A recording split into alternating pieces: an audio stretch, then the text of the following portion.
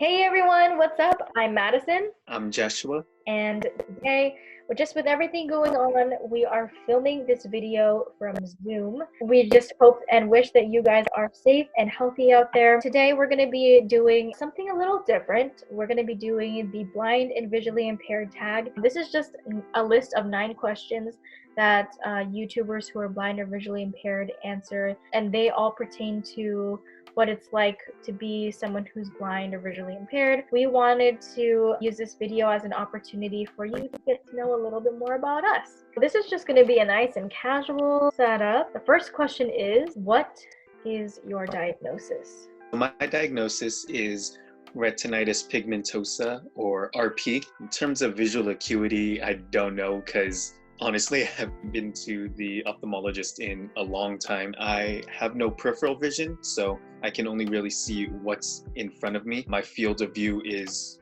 very limited, and it's also hard for me to see details. So that includes my depth perception, and it's hard for me to recognize faces, tell the difference between colors. When I'm looking at things, I can essentially see the shape of an item, but I can't really usually make out what it is. I've gone to the point where it's hard for me to read print, no matter how large it is.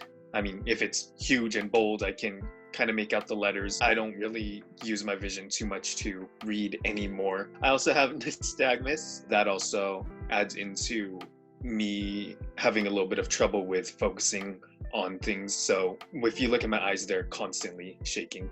I was also born with this condition. They say it's hereditary, but out of my entire family, even my relatives, only one of my sisters and I show signs of it, so we're not sure where it comes from. But we do know it is genetic. And yeah, that's me, RP. I was born with my blindness, optic nerve hypoplasia. Basically what it means is I was born with an underdeveloped optic nerve. I also have nystagmus. Nystagmus is just an uncontrollable movement. Jesh has it, but mine is a lot worse. It's a lot more apparent when you look into my eyes. My acuity in my right eye is a lot higher than my left. So when I'm looking at people, usually my head is slightly tilted to the right. Also, just because my left eye isn't used as much as my right eye. I have what's called esotropia, which is like a lazy eye. The muscles in my left eye are a lot weaker from it not used as much. I can see about 18-point font. Distance-wise, I can see about 10 feet, but it also depends on the size of the object or whatever I'm looking at as well. The next question is, describe your vision in 3 words. You want to go first? Okay. Oh, I actually was not ready for this one. This is hitting me hard. Let's see. It's already 2. Oh, shut up, Josh. It's can't see. 3 words. It's so bad. I want to say blurred. I'll use 2 words. Nearsighted. All right, your turn. Me, I would say central, shaky, and unpredictable. Sometimes I feel like I could see things. Sometimes I feel like I can't. It just depends on how I wake up that day. Well, something that you didn't mention in your explanation was that you're losing vision, right? I'm losing vision, but it's weird because sometimes, I'll be going around and I'll be able to recognize things a little bit easier than I am the day before. Or, even the next day after that, it'll be a little bit more of a struggle for me to recognize things visually. According to the doctors, my vision, at least the last time I talked to them, my vision is pretty stable, of course, with fluctuation here and there. Next question is, what's one of the harder things about being blind? Seeing.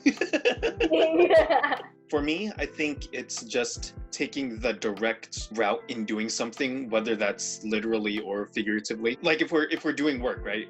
There's sometimes where we have to use other means to be able to get the information on the computer rather than just looking on the screen, checking what needs to be done, or if there's any errors, we have to use, whether it's key commands or scan using a magnifier to be able to pick up, any errors or, like I said, what needs to be done on the screen. Or, you could take it in the sense of transportation rather than just hopping in a car and driving on over. You have to sometimes consider what your options are. Can I spare some money to take Uber or Lyft? Do I have enough time to be able to take public transportation? I guess it's not too big of a deal, but I'd say that would be the hardest, just having to find alternative methods to doing something. For me, I think the hardest thing that I'm still learning how to do is accepting my blindness as a part of my identity. If you look at me and you look at my eyes, it's apparent that there's something different with my eyes and how they work. I'm learning now to embrace it a lot more and to be a lot more accepting of how people will accept me for who I am, because a lot of the time I'm a little hard on myself when it comes to interacting with people or talking with people for the first time. What's the best part about being visually impaired, or what's one of the best aspects?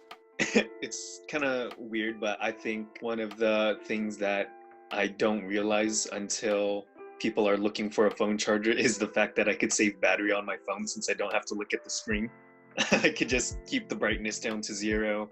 I turn the screen curtain on, which is an accessibility feature that pretty much blocks out your screen. Since I don't look at my screen too often, I'm mostly relying on the text-to-speech or the screen reader feature on my iPhone called VoiceOver. It reads everything to me on the screen, so there's no need for me to look at it. If anything, it just hurts my eyes with the bright lights, so I just turn the screen off and I'm able to just access my phone audibly, and I save battery on it.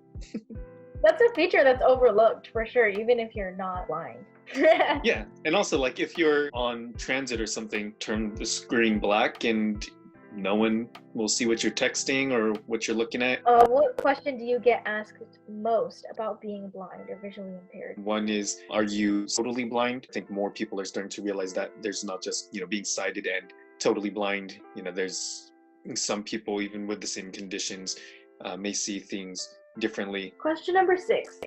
Do you have a cane, guide dog, or neither? Both of us are cane users. Sometimes I hang on to my canes longer than I should. This last time I bought one, I ended up buying 2 so I could have one for spare. For that time, I know that I'm gonna beat up my cane. I was gonna say, when I first met you, you didn't have a cane tip.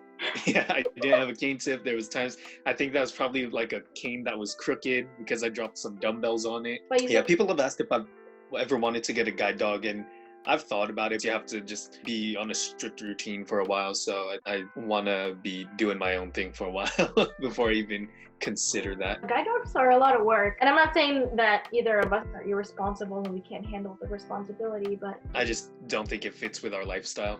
Yeah. What advice would you give to someone who is losing, going to lose, or has lost some vision? I would say just be patient.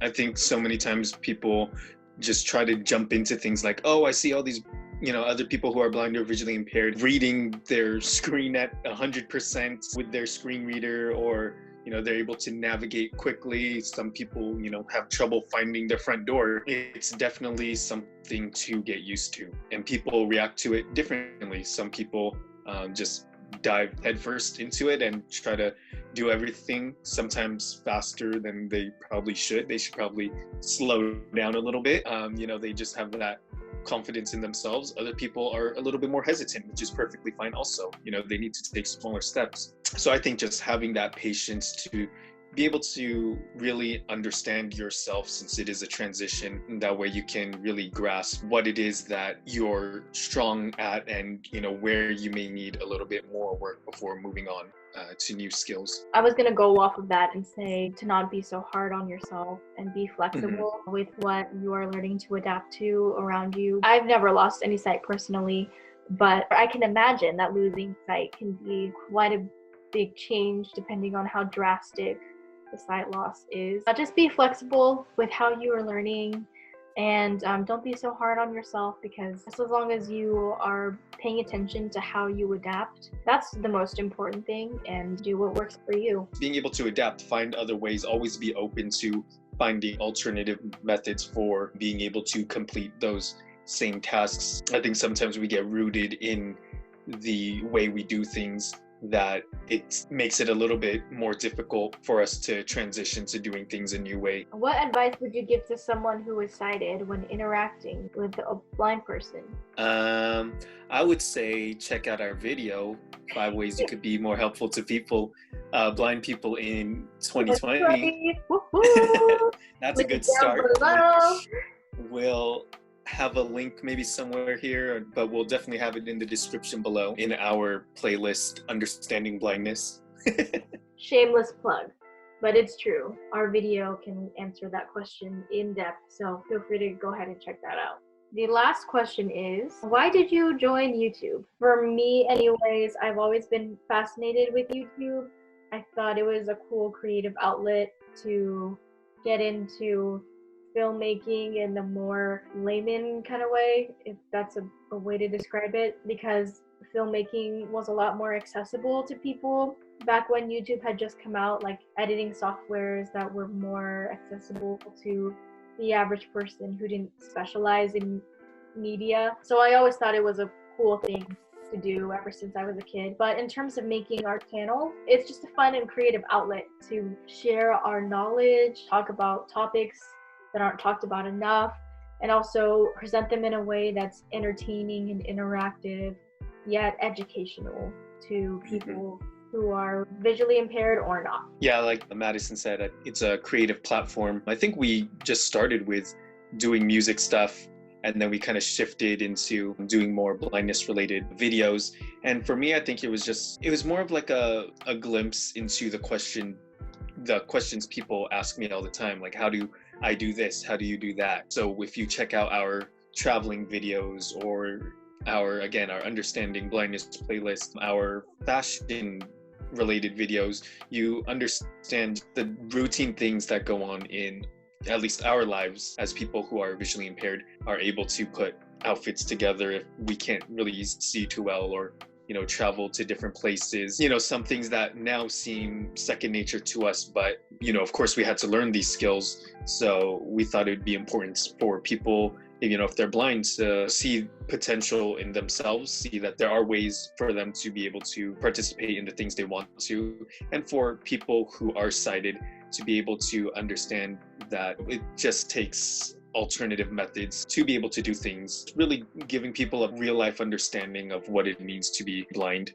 or visually impaired, just to appreciate it and see it as just another characteristic in the community. Yeah, it doesn't have to, talking about disability doesn't have to be like a serious, it is a serious thing, don't get me wrong. There are a lot of misconceptions about our community that do need to be cleared up, but I think in order to make it relatable to people who have never gained that perspective, we're trying to shed a more positive light on how to communicate that. We hope that answers some of your questions about us and our visual impairment. 9 questions just barely scratches the surface about us. Maybe if you're someone who's visually impaired and you're starting to lose your vision, or you have questions about doing certain things, we'd be happy to discuss topics with you. Or if you have more questions about our blindness, what it is to be living with a visual impairment on a daily basis, we'd be happy to talk about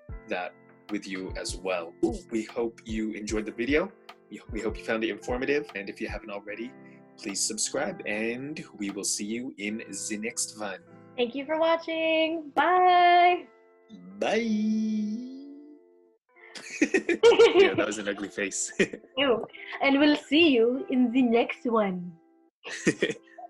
The last and final question of the tag encourages us to pass the challenge along to 3 more people. But because we like to shake things up, we are passing it on to 4. We encourage Living It Up Blind, Kala Blind, Danny Thomas Fang, and Vivian Salazar to complete the challenge next.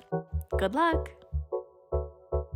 If you would like to watch more videos on the topic of blindness, or would like to help support us in our 2020 Holman prize entry, check out the links in the description down below. We'll see you in the next one!